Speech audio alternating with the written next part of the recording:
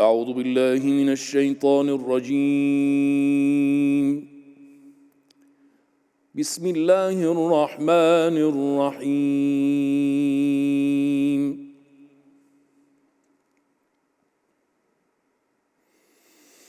ويطاف عليهم بآنية من فضة وأكواب كانت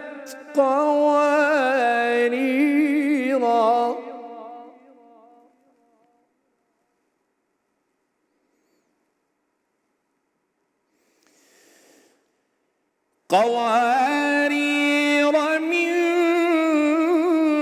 فضة قدروها تقديرا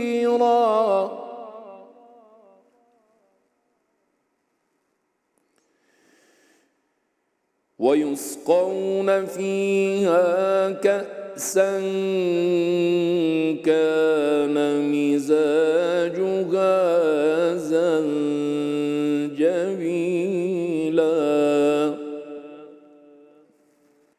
عينا فيها تسمى سلسبيلا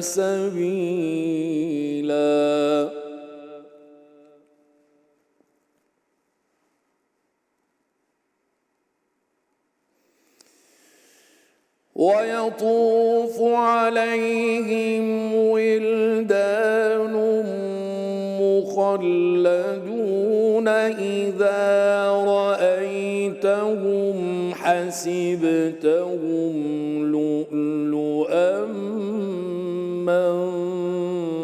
منثورا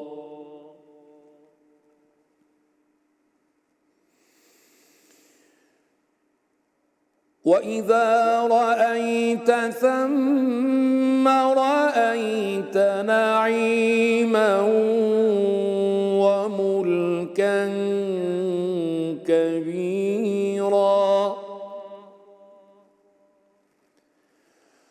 عاليهم ثياب سندس خضر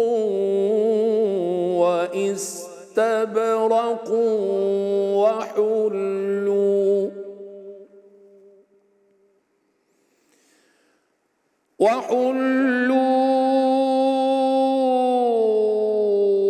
أساور من فضة وسقاهم ربهم شرابا طهورا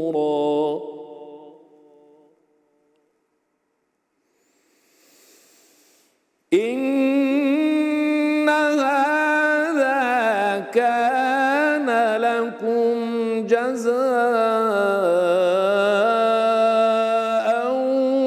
وكان سعيكم مشكورا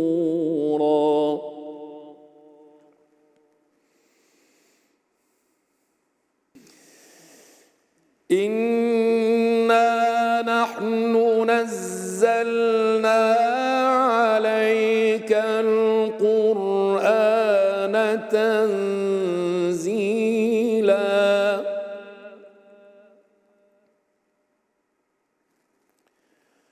فاصبر لحكم ربك ولا تطع منهم آثما أو كفورا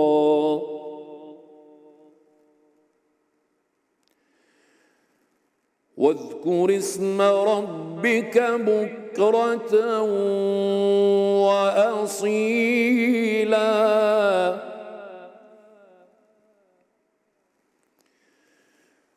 ومن الليل فاسجد له وسبحه ليلا طويلا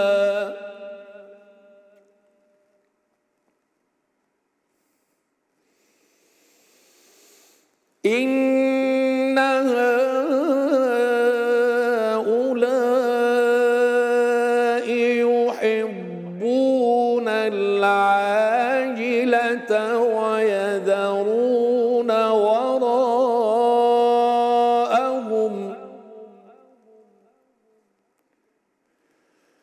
ويذرون وراءهم يوما ثقيلا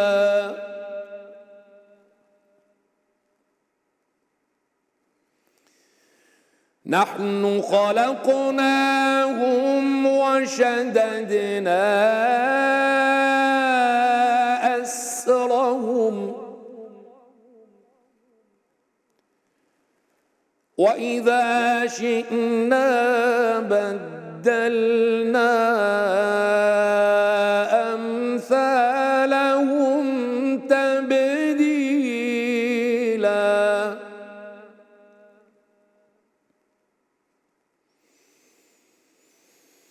إن هذه تذكرة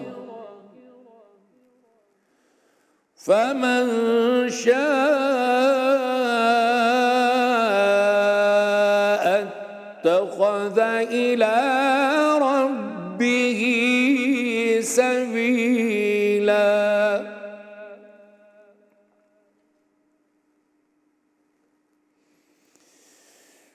وما تشاءون إلا أن يشاء الله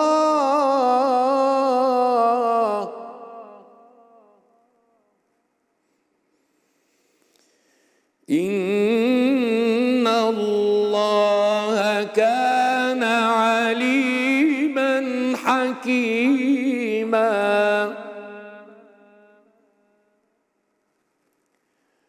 يدخل من يشاء في رحمته والظالمين أعد لهم عذابا أليما صدق الله العظيم.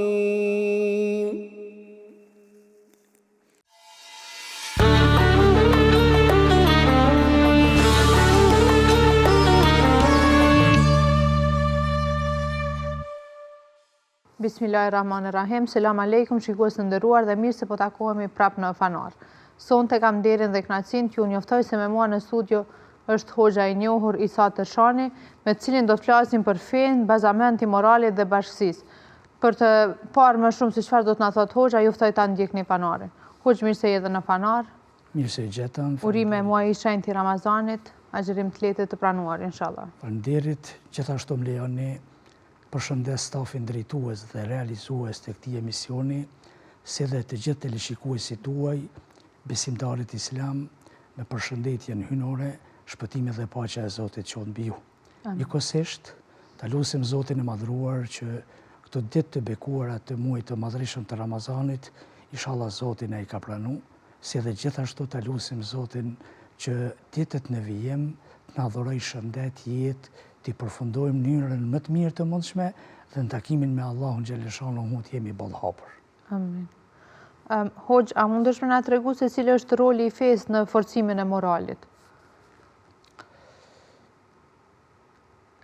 E falenderojmë Allahun e madhruar i cili na nderoi me këtë fe, me të vetmin qëllim që të na edukoj dhe kjo edukat të manifestohet në veten tonë dhe tek të tjerët. Feja ka për qëllim që krahas besimit ta edukoj njeriun edhe në aspektin shpirtëror, edhe në aspektin fizik, edhe në aspektin etiko-moral dhe shoqëror. Prandaj, feja nuk është vetëm besim i cili ngërthen në vete, apo fshihet në zemër apo në shpirt. Mirë po feja është besim dhe vepër e mirë, është adhurim dhe sjellje e mirë. Kushdo që mundohet me ndo fen nga vepra, apo adhurimin nga sjellja, nuk e ka kuptu fen mirë dhe qasja ti është e gabume. Kështu që feja nuk ka ardhë neve me në rëndu, por në ka ardhë me në vetëdisu, me në formësu në kuptimin etiko-moral. Një prej elementeve apo një prej çështjeve bazike, rëndësore, esenciale është etika dhe kultura në jetën e besimtarit islam. Kështu që ne manifestojmë imanin ton, besimin ton në sjellje. Hoxh, a mundesh pak me na tregu se si është ndikimi i ibadeteve në etikën e besimtarit? Po, një çështje do ta kem parasysh. Në çdo urdhër të Zotit, o për veprim, o për ndalim, fshihen urtësi të shumta, të cilat njeriu, gjithsesi besimtari, ndonjëherë ndoshta nuk është në gjendje t'i kuptoj. E ndoshta dikur i kupton, e ndoshta ka njëherë fare nuk ka qasjen to. Nuk është e rastësishme që Zoti i Madhreshëm na ka obligu me ibadetet apo me farset. Jemi në muajin e bekuar të Ramazanit. Edhe do ta përmendi edhe urdhëresën e namazit. Dy shtyllat të islamit, të cilat kanë ndikim permanent, jo vetëm shpirtin e besimtarit, po edhe në psikologjinë, edhe në sjelljen e besimtarit. Përderisa nuk e kemi temën e agjërimit, hadithi i pejgamberit a.s. kush nuk e braktis fjalën e keqe, pra fjalën e rrenës dhe marifetet e saja, Zoti i Madhreshëm nuk ka nevojë që ai të braktis apo të heq dorë nga ushqimi dhe pija. Sot, të gjitha të këqijat vijnë prej fjalës. Vetëm nëse i përmbahemi kësaj, sepse heqja dorë nga ushqimi dhe pija është ritual, rit. Kjo është hyra derse në agjërim. Prandaj, kur besimtari heq dorë nga ushqimi dhe pija që janë çështje esenciale, çush nuk heq dorë nga haramet? Do me thonë, përderisa tash edhe në fushën e psikologjisë, sepse nuk jam psikolog, po psikologët thonë kur njeriu e ka një ves apo një shprehi, nëse don me hjek, duhet një angazhim permanent, 7-14 deri në 21 ditë. Zoti i Madhreshëm me urtësitë e tij të pakufishme na ka bën agjërimin 29 apo 30 ditë. Do thotë kur besimtari në mënyrë sistematike apo permanente insiston me hjek një shprehi të keqe, ai do t'ja del. Çështja e namazit. Namazi është ibadeti apo shtylla e dytë e islamit. Namazin e kemi gjatë tonë jetës, jo vetëm një muaj, jo vetëm disa muaj. Zoti i Madhreshëm Kur'an thot, Bismillahirrahmanirrahim. Dhe fale namazin, wa aqimi s-salat. Inna s-salata tanha. Namazi të largon prej immoralitetit. Të largon prej punëve të këqija. Pse? Besimtari që është i vetëdijshëm dhe është i ndërgjegjshëm, me vetdije të plot, kur i kthehet Zotit Allahu Akbar, po i dorëzohet, tash prej momentit kur jep selam, ai me vepru diçka në kundërshtim me ato që ka bën, çfarë vlerë ka namazi? Ndikimi i këtij ibadeti nuk e ka dhënë efektin, edhe te agjërimi, edhe te namazi. Pra, është e njëjtë, sikurse terapia e mjekut. Nëse mjeku ta përcakton diagnozën, ta ka dhënë terapinë, edhe ti nuk e përdor terapinë sipas preferencave të mjekut, nuk është faji i mjekut, është faji i pacientit. Edhe ne, nëse këto urdhëresa të Allahut xhaleshanu, këto ibadete, nuk i kryejm sipas rregullave të shariatit apo të fikut dhe porosive të pejgamberit, efekti i tyre është i vogël. Hoxh, po kam dëshirë pak më ndërlidh me namazin, me qenë se e përmende. Për shembull, në rast se një besimtar i fal 5 kohë namaz, është i rregullt në namaz, por gjatë kohës pasi që t'jep selam, siç e thatë edhe ju, përfundon namazin, ndoshta nuk është në sjellje i mirë me të tjerë, qoftë me rrethin familjar, qoftë me rrethin shoqëror, ka sjellje jo të mira. Ai adopson ndoshta kjo namazin e tij? Ai nuk heq dorë prej namazit, është gjithmonë në namaz, por gjatë kohës që nuk është në namaz ka shprehje jo të mira, jo të duhura ndaj njerëzve tjerë. A e dobëson kjo namazin ose është i fjalë e urtë, namazin duhet të kryjmë si ibadet, adhurim, jo si adet. Kryerja e namazit në formën e adetit, rezultati është zero, bile në zero. Nëse namazin e kryjmë në formën e ibadetit, ibadeti ka më reflektu, sepse namazi të përmirëson, namazi të vetëdijson, namazi shpirtnisht pastron dhe moralisht të avanzon. Hoxh, ne si njerëz kemi shumë luftat brendshme. A mundemi pak me folë për luftat e brendshme të njeriut dhe prirjet e tij si cilat janë, ose si mundemi pak me e... Ne jemi krijesat Zotit. Zoti madhreshëm mas miri e një njeriun, sepse vetë ai e krijoi. E din dhe ka ditë fare mirë që njeri është një krijesë e ndërlikume. Për mos me rshit në humbje, dërgoi pejgamber dhe libra të shenjtë, me të vetmin qëllim që ta udhëzojnë ka e mira, e mbara dhe e drejta. Tek njeriu është e vërtetë që mbizotrojnë dy prirje, prirjet e larta dhe prirjet e ulta. Prirjet e larta insistojnë punë të hajrit, në punë të mira. Prirjet e ulta insistojnë në punë të liga. Prandaj, nëse nuk jetësojmë fjalën e Zotit dhe hadithet e pejgamberit a.s. që ato t'jenë udhëzim i joni në jetën e përditshme, atëherë do të kishëm me sharru apo do të kishëm me u zhyt prirjet e ulta. Pse? Sepse shejtani i mallkuar, siç e dim, është armik i përbetuar me njeriut. Ai asnjëherë nuk heq dorë betejën me fitu me veçanti me besimtarin. Prandaj, alhamdulillah që e kemi Kur'anin, kemi literaturë sot në gjuhën shqipe, edhe për ata të cilët nuk din me lexu në gjuhën arabe, kemi ligjërues e hoxhallar, e kemi media që po e shfrytëzoj rastin t'ju falenderoj për këto emisione, për këtë kontribut, për këtë mund, se padyshim se ne keni hapë edhe një dritare që besimtarët tanë njoftohen me Islamin burimor shkencor. Faleminderit edhe juve, hoqë, asnjëri prej hoxhallarëve që i kom pas në emision nuk ka pritu edhe ka ardhur me dëshirën më të madhe për me qenë pjesë e fanarit, edhe ardhja juaj ka bo edhe më të lehtë edhe më të mirë fanarit, i ka dhënë një dritë tjetër prej asaj që i ka pas. Kemë obligim. Hoxh, njeriu është qenie shoqërore. A mundemi pak me folë për këtë pjesë? Po.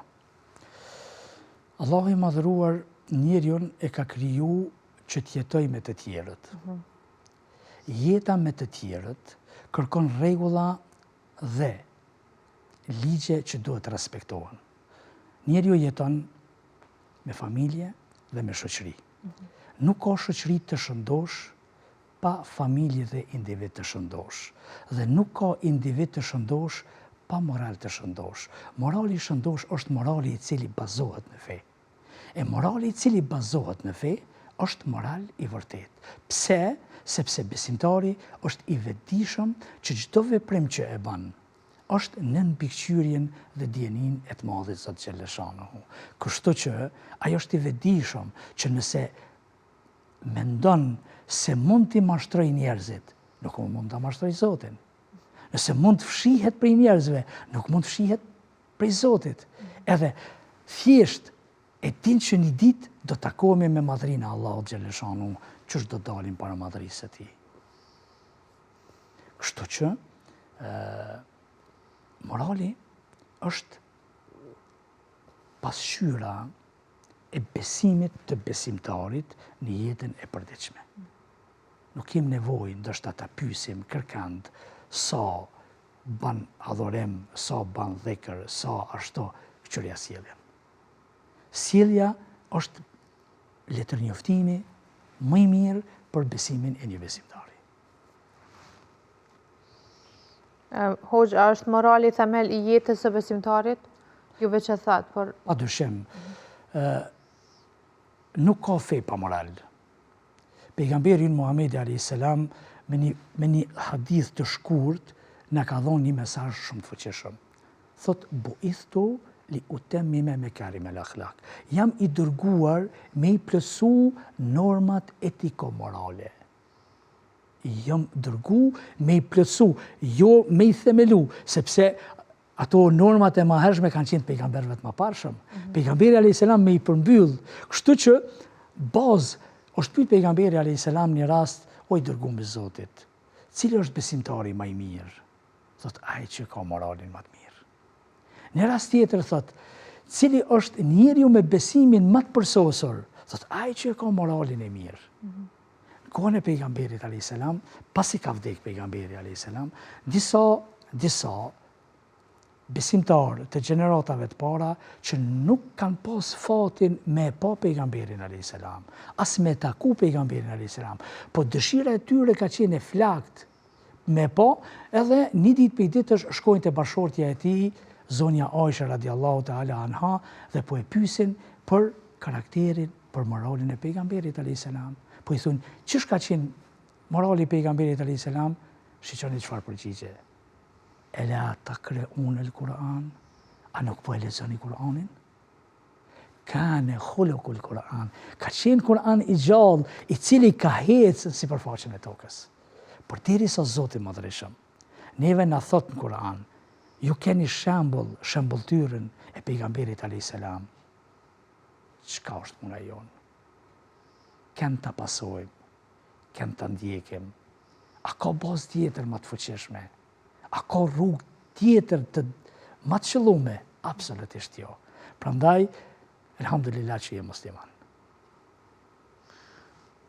Hoxh, cila është shoqëria e virtytit? Shoqëria e virtytit është ajo shoqëri e cila i përmbahet rregullave apo ligjeve hyjnore, ku udhhiqet prej mëshirës, prej drejtësisë, prej korrektësisë, bamirësisë e shumë sinonimeve të tjera. Ndërsa, shoqëria tjetër, apo ona e kundërt e shoqërisë është kur Zoti na ruajt, ata udhhiqen nga dhuna, padrejtësia, korrupsioni, edhe marifetet e pahijshme, siç thotë populli. Pra, Zoti Madhërisht në Kur'an, në surën En-Nahl, citati 19, që çdo ditë xumaje, hoxhallarët, gjithsesi hatibët, e këndojnë fund. Thot, inna Allahe ya'muru bil adli wal ihsani wa ita'i dhil qurba. Allahu urdhëron drejtësi, bamirësi dhe ndihmë ndaj të afërmëve. Wa yanha anil fahsha'i, dhe ndalon nga imoraliteti, të neveriturat dhe dhuna. Ya'idhukum la'allakum tadhakkarun, ju këshillon që të merrni mësim. Abdullah ibn Abbas, një prej sahabëve të pejgamberit a.s., sahab shumë i shuar, thot, ky është ajeti apo citati kuranor i cili ngërthen në vete më shumë të këshilla dhe sugjerime për punë të mira dhe tërheq vërejtjen për dukurit negative. Prandaj,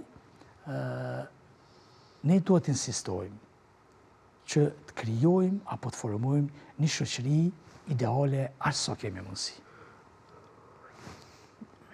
Hoxh, morali është në fjalë apo edhe në vepër? Muslimani mirëfillt. Moralin e ka në vepër. Zoti Madhërisht në Kur'an i gjykon ata të cilët flasin e nuk punojnë. Çka thot? Ja ejuhalladhina amenu, o ju besimtar, lime tekulune ma la tefalun. Pse i flitni ato gjëra që nuk i punoni? Është prej mëkateve të mëdha, të flisni e të mos punoni. Pyetja në fillim, ata që falin namazin dhe veprat jashtë namazit janë kundërshtim me te. Do thotë, kjo është një antipod, është një kundërshtim të cilin jo vetëm që e dëmtojnë vetveten, po japim edhe një imazh jo të mirë fesë. Sepse feja nuk dëmtohet, po dëmtohet imazhi i fesë. Kështu që muslimani moralin e ka në vepër. Do thot, morali është në zemër, është në trup, edhe është në sjellje. Krahas fjalës, sepse edhe fjala do thot kultura e komunikimit, apo kultura e besimit, e bisedes, apo bisedimit, luan në rol shumë të rëndësishëm me të tjerët, apo në shoqëri.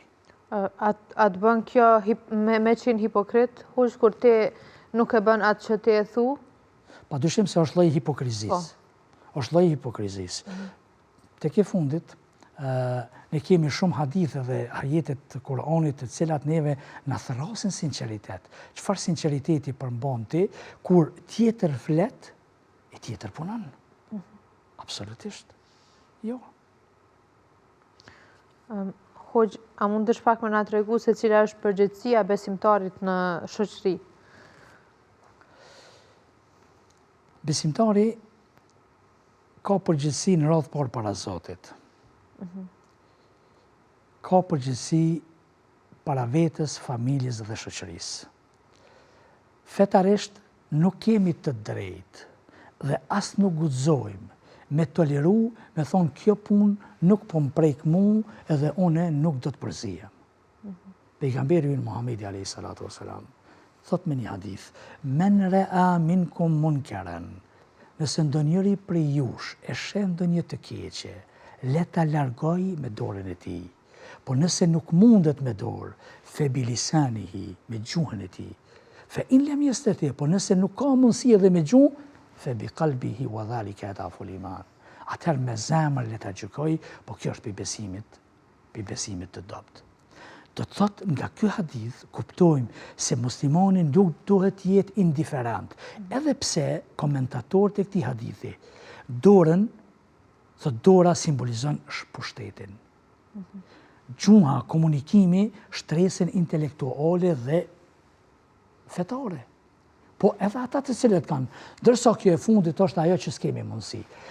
E kemi edhe një rast që njihet si hadithi i anijes që ka thonë pejgamberi a.s. Këtë hadith e transmeton Imam Buhariu. Thot, në një anije kanë hyrë një grup njerëzish. Dhe me short ndahen një pjesë e grupit vendosen në katin e sipërm, pjesa tjetër në katin e poshtëm. Dhe këta të katit të poshtëm kishin nevojë me shku me marr ujë në katin e sipërme dhe lind ideja që pse mos ta shpujmë anijen, edhe të marrim ujë, edhe nuk i trazojmë njerëzit e katit të sipërm, po edhe na bojmë një zgjidhje. Thot, sikur këta të katit të sipërm t'i lejojnë që ta shpujnë anijen, anija do të fundoset. Anija në këtë rast është familja, është shoqëria, është shteti. Shtresa e lartë është elita shtetërore, elita intelektuale dhe fetare. Nëse ata i tolerojnë shtresën e ulët që ta shpujnë anijen, ta shkatërrojnë familjen, na jemi pjesë e shkatërimit. Prandaj, absolutisht nuk kemi të drejtë dhe nuk guxojmë që me mundësitë tona dhe kapacitetin tonë t'i lejojmë të tjerët që na dëmtojnë, sepse jemi pjesëmarrës në të keqen e tyre. Përderisa dihet që besimtari ka për obligim që të urdhëroj për të mirë dhe të ndaloj nga e keqja. Edhe këte në mënyrën më të mirë të mundshme, mënyrën më të butë, më bindëse, kështu që këshilla bën dobi. Inshallah do të jemi dobishëm. Hoxh, me qenë se përmend të këshillën, kisha pas qef shumë me pas një këshill për jush për gjithë ata që po na ndjekin tani në këto momente. Po e tham një fjalë apo një thonje të filozofit Leibniz, i cili thot, patjetër duhet të besojmë që moralisht të jetojmë. Dhe filozofi lashtë, Platoni thot, nëse dëshirë, kush e sulmon fen e ka shkatru moralin. Zoti Madhreshëm, në Kur'an, neve na tregon, thot që wa inneke la ala khuluqin adhim, i thot pejgamberi ti jemi në shkallën më të lartë të moralit islam. Ne apo i thojmë vetes se jemi pasues të pejgamberit? Po, ta pasojmë ashtu qysh në kohje. Hoq, po më intereson mendimi juj, me qenë se keni edhe gjematin me cilin për ditë ju bjen me pas kontakt, si jemi si shoqni për momentin, në cilat gjëra ne po qalojmë edhe ku jemi mas miri, nëse mojmë ju pytë. Po, varet për cilit kanë dhe shohim. Po. Na duhet jemi gjithë herë optimist, edhe gjanat i shohim me synin e realitetit. Unë jam imam që 33 vite. Kam pas fatin, kur kam fillu me punu në vitin 93, në gjami nuk kam pas gjenerata të reja. Në atë ko, pak djemëtri apo fare, ma i riu ka qenë moshën 50 apo 55 vjeqare. Pak e hiq vajzat mbulume. Sot, elhamdulillah, gjamit i kemi plot. Vajzat mbulume kemi plot. Ju vetëm që janë të mbulume, po janë intelektuale, që prinë sferat të ndryshme, janë shembull për të mirë. Prandaj, a kemi vend për përmirësim? Normalisht që kemi vend për përmirësim. A duhet t'ja bojmë vetës qefin apo rrafsh? Jo. Duhet të angazhohemi në mënyrë permanente, gjitha strukturat, gjitha profesionet, sepse qëllimi jonë është me u avancu, jo me minë mbrapa. Hoq, faleminderit shumë, ne erdhëm në fund të emisionit. Allah ju shpërbleft, edhe një herë agjerim të lehtë e të pranuar, inshallah. Shikues të nderuar, erdhëm krejt në fund të fanarit për sonte. Ju falenderoj që qëndruat me ne, deri në fanarin tjetër, ju lënëm kujdesin dhe mbrojtjen e Allahut të Madhërisëm. Selam aleikum.